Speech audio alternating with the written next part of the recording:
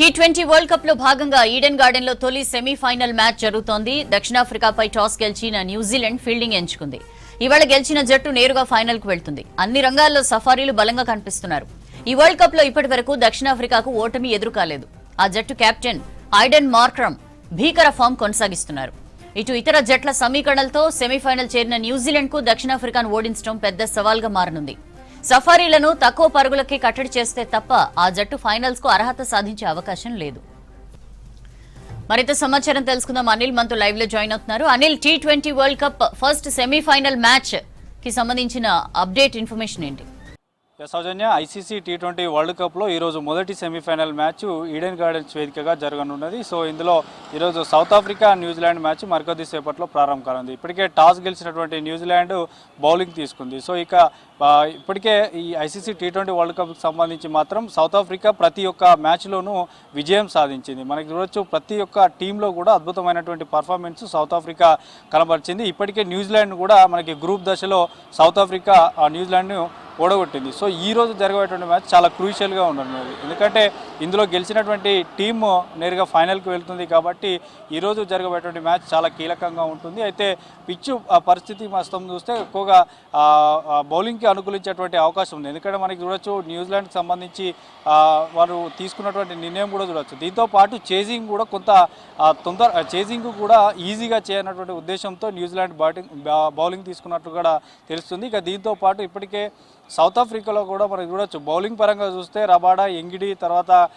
వారికి ఉన్నటువంటి చాలామంది కూడా స్టబ్స్ కానీ, సో ఇట్లా అందరూ కూడా బౌలింగ్ లైనప్ చాలా చక్కటిగా బాల్ను స్వింగ్ చేస్తున్నారు. కేశవ్తో సహా కూడా అందులో బాల్ను చక్కగా స్వింగ్ చేస్తూ బ్యాట్స్మెన్ని కట్టడి చేసేటువంటి ప్రయత్నం కూడా చేస్తున్నారు. ఇక దాంతోపాటు కెప్టెన్ అయినటువంటి మార్క్రమ్ కూడా మనకు మొదటి నుంచి కూడా చాలా పర్ఫార్మెన్స్ కనిపిస్తున్నాడు. మొదటి నుంచి కూడా అతను చాలా స్కోర్ చేస్తున్నాడు. ఇప్పటికే హైయెస్ట్ స్కోరర్గా కూడా సౌత్ ఆఫ్రికా టీంలో మార్క్రమ్ ఉన్నాడు. సో ఇక న్యూజిలాండ్కి సంబంధించి కూడా మిచెల్ కానీ, శాడ్నర్ కానీ, తర్వాత విటోరీ కానీ, సో ఇట్లా వీరు కూడా అటు బ్యాటింగ్ లైనప్, ఇటు bowling lineup, Rachin Ravichandra also మంచి పర్ఫార్మెన్స్ కనబరుస్తున్నారు. రెండు టీమ్స్ కూడా చాలా స్ట్రాంగ్గా ఉన్నాయి. కానీ ఇప్పటివరకు T20 మ్యాచ్ల వారి యొక్క గణాంకాలు కనుక చూస్తే 19 మ్యాచెస్ జరిగితే వీరి మధ్యలో ఎక్కువగా 12 మ్యాచ్లు కూడా సౌత్ ఆఫ్రికా గెలిస్తే కేవలం 7లో మాత్రమే న్యూజిలాండ్ విజయం సాధించింది. పైచేయి సౌత్ ఆఫ్రికాదైనా కూడా ఈరోజు జరగబోయేటువంటి మ్యాచ్ ఎవరిని ఫైనల్కి పంపిస్తుంది అన్నటువంటి ఉత్కంఠ అయితే క్రికెట్ అభిమానుల్లో ఉన్నది. ఇక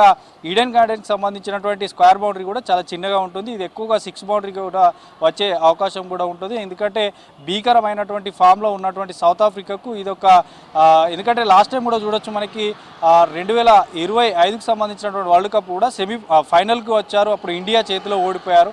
సో అప్పటి తర్వాత మళ్ళీ ఇప్పుడు ఈరోజు ఫైనల్కి వెళ్తారా లేదా అనేది కూడా ఒక ఉత్కంఠగా ఉన్నది.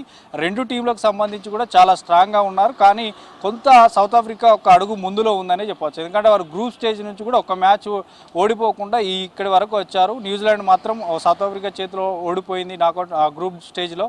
సో ఈరోజు జరగబోయేటువంటి మ్యాచ్ చాలా క్రూషియల్గా కానుంది. ఇక ఈరోజు గెలిచినటువంటి మ్యాచ్ నేరుగా ఫైనల్కి వెళ్తుంది. ఇక రేపు ఇండియాకు సంబంధించి మ్యాచ్ ఉంటుంది. ఇండియా ఇంగ్లాండ్ మధ్య సెకండ్ సెమీఫైనల్ జరుగుతుంది. అందులో ఏ టీం గెలిస్తే ఆ టీం ఫైనల్కి వెళ్తుంది. ఇక చివరిగా ఫైనల్లో మాత్రం అటు ఏ టీం అనేది కూడా మనకు త్వరలోనే అహ్మదాబాద్ స్టేడియం వేదిక కూడా మ్యాచ్ 8న ఉండబోతుంది. సో మొత్తానికి అయితే మరికొద్ది సేపట్లో మ్యాచ్ ప్రారంభం కాబోతుంది. సెమీఫైనల్ 1లో భాగంగా రెండు స్ట్రాంగ్ టీం కూడా ఈసారి తలబడిపోతున్నాయి.